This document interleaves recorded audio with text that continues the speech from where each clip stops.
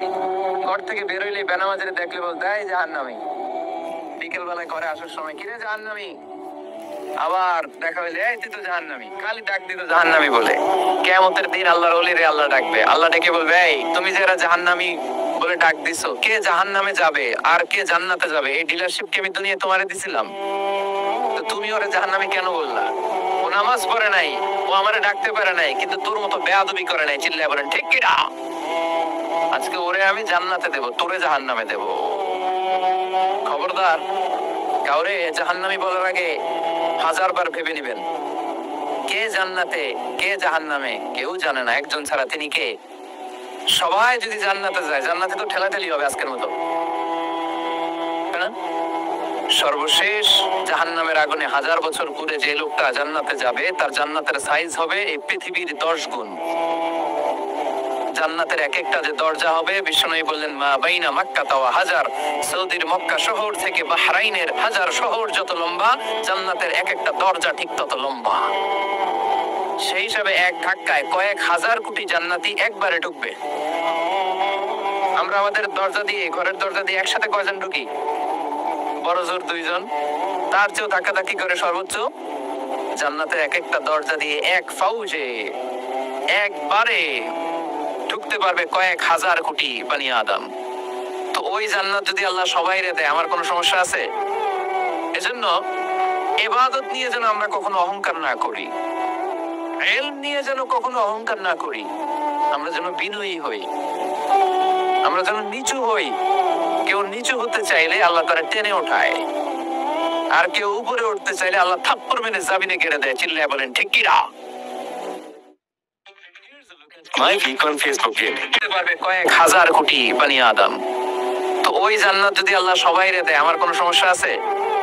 এজন্য ইবাদত নিয়ে যেন আমরা কখনো অহংকার না করি, ইলম নিয়ে যেন কখনো অহংকার না করি।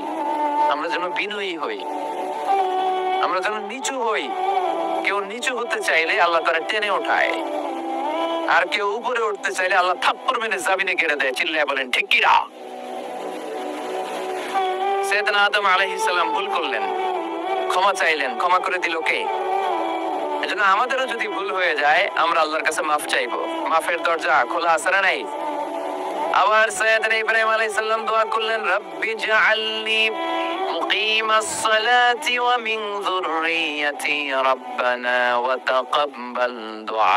আল্লাহ আপনি আমার নামাজ কায়েমকারী বানান, আমার কলিজার টুকরা ইসমাইলকেও আমার সাথে নামাজ কায়েমকারী বানান। আমার দোয়াটা আপনি কবুল করে নেন। সালাতে কায়েম করো, সালাতে কায়েম করো, হবে সম্মানী তুমি, হবে জান্নাতি তুমি, হবে সম্মানী তুমি, হবে জান্নাতি তুমি। ঠিক কি না? দিবে কাল হাসরে শীতল ছায়া আরশে আজিম, রব্বিয়াল আলা, রব্বিয়াল আযীম, রব্বিয়াল আলা, রব্বিয়াল আযীম। সুবহানাল্লাহ পড়েন। এরপরে কোনো বিপদে যদি পড়ে যাই, কোন আপদ মুসিবতে যদি পড়ে যাই, কি দোয়া করতে হবে? সাইয়েদনা ইউনূস আলাইহিস সালামের ওই দোয়াটাও আল্লাহর কোরআনে আছে না নাই? লা ইলাহা ইল্লা আনতা সুবহানাকা ইন্নী কুনতু মিনাজ জালিমিন। সবাই পড়েন লা ইলাহা ইল্লা আনতা সুবহানাকা ইন্নী কুনতু মিনাজ জালিমিন। লা ইলাহা ইল্লা আন্ত, আপনি ছাড়া কোনো ইলাহ নাই, সুবহানাক, আপনি পবিত্র, ইন্নী কুনতু মিনাজ জালিমিন, আল্লাহ আমি জুলুম করেছি, ভুল করেছি, অন্যায় করেছি, আপনি ছাড়া বাঁচানোর কেউ নাই। ঠিক কি না? আল্লাহ ছাড়া বাঁচানোর কেউ আছে? তরানোর কেউ আছে? আমি ছাড়া আল্লাহর আরো গোলাম আছে না নাই?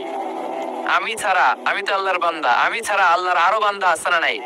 তো আল্লাহ ছাড়া আমার দ্বিতীয় কোনো রব আছে? দোয়া এটা বলবেন, আল্লাহ আমি ছাড়া তোমার গোলামের অভাব নাই, আমি ছাড়া তোমার বান্দা বান্দির অভাব নাই, কিন্তু তুমি ছাড়া আমার কেউ না, তুমি ছাড়া আমারে ক্ষমা করার বাঁচানোর কেউ নাই। এজন্য বিপদে পড়লেই একটা নাম নিতে হয়, তিনি কে? লা ইলাহা ইল্লা আনতা সুবহানাকা ইন্নী কুনতু মিনাজ জালিমিন। এটা বিপদে পড়ার দোয়া, বিপদে পড়লে এই দোয়া পড়বেন। মুক্ত করবে কে? মাছের পেট থেকে সাইয়েদনা ইউনূস আলাইহিস সালামকে বাঁচালেন